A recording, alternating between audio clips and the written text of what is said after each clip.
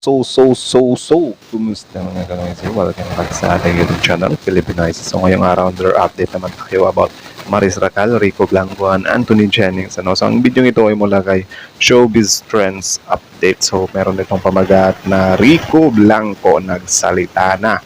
Hinamon si Maris Racal na aminin ang pangloloko sa kanya nito.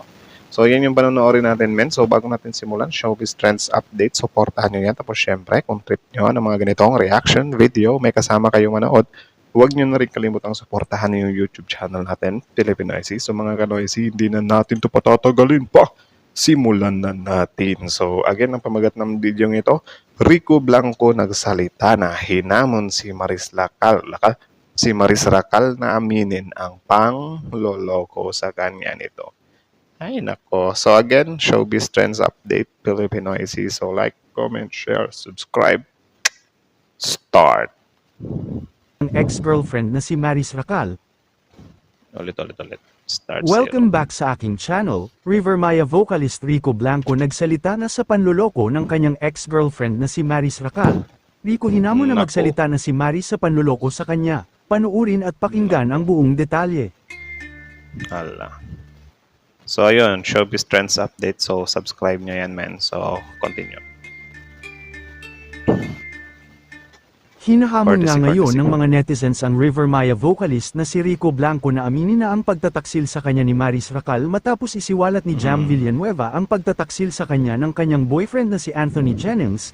Isiniwalat kasi nito sa pamamagitan ng screenshot ang mga sensitibong usapan ni Maris at Jennings at mga larawan kung saan ay naghalikan ang dalawa at may pa I love you pa. Grabe, humantong pa talaga sa halikan, napakapangit. Kaya naman gustong paaminin ng mga netizen si Rico Blanco na huwag nang itago ang katotohanan dahil ipinakita na ni Jam ang resibo kung bakit nakipaghiwalay sa kanya si Maris, dahil connected. Actually, possible din naman, men, na hindi alam ni Rico Blanco na meron ngang nangyaring cheating. So, Ang pagtataksil ni Jennings kay Jam Villanueva.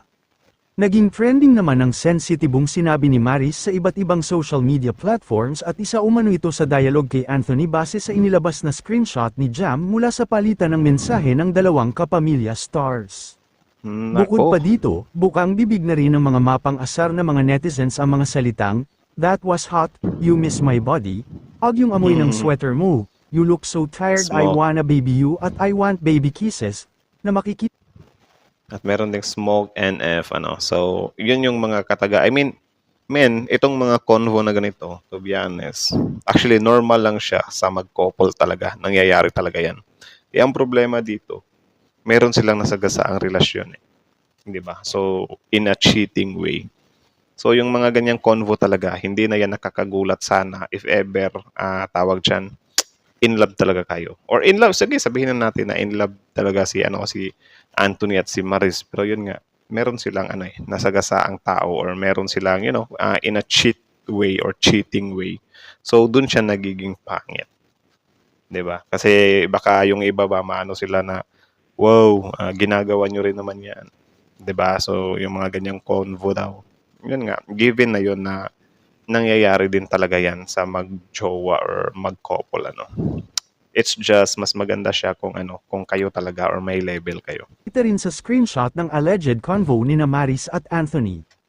Ayon naman sa source, alam na daw noon pa ni Rico Blanco ang dahilan kung bakit iniwan siya ng kanyang ex-girlfriend na si Maris Racal, at ito ay ang pangangaliwa nito sa kanya. Kaya naman wala nang dahilan pa para magsalita si Rico dahil kahit hindi niya sabihin at kahit hamunin pa siya tungkol sa ginawang panluloko sa kanya ni Maris ay alam na daw ito ng mga tao. Nako, natawa lang ako din kasi may kumalat din na meme about dito na may nag-post, nakalimutan ko sino yun, na sabi niya, what if daw alam na ni Rico Blanco na yun nga nag-cheat si Maris, tapos nakita niya yung mga convo, kaso lang daw baka hindi na screenshot ni Rico Blanco kasi hindi daw siya marunong kasi matanda na daw. So parang ganun yung ginawa nilang meme ba na what if alam talaga ni Rico kaso lang hindi siya marunong mag-screenshot.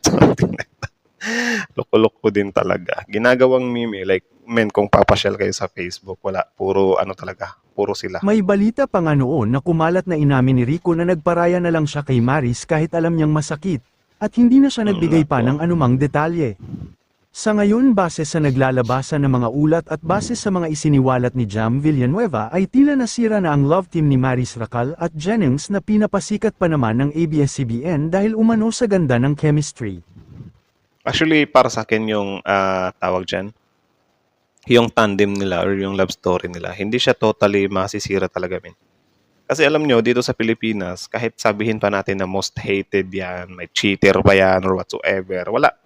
Tatangkilikin pa rin talaga ng taong bayan yan. Kita nyo si Daniel Padilla ngayon. Di ba dati nung breakup nila ni Catherine Bernardo, sobrang dami nagalit kay Daniel. Di ba? Like that kasi cheater daw, cheater daw. Pero tingnan nyo kapag inirelease yung movie niyan or may movie si Daniel na bago, wala.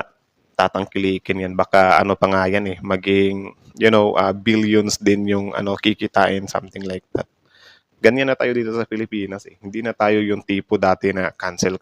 Wala. Kapag meron tayong inaabuso, ay hindi siya inaabuso.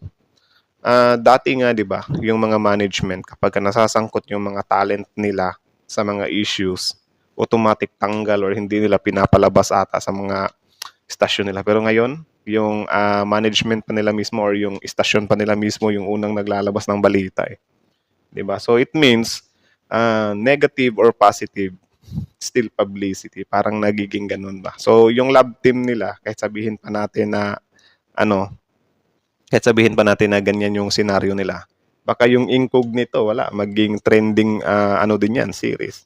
Di ba? Maraming fans din nila ngayon ang tila napahiya dahil sa pagtatanggol nila noon kay Maris at pagsasabing hindi ito mang-aagaw.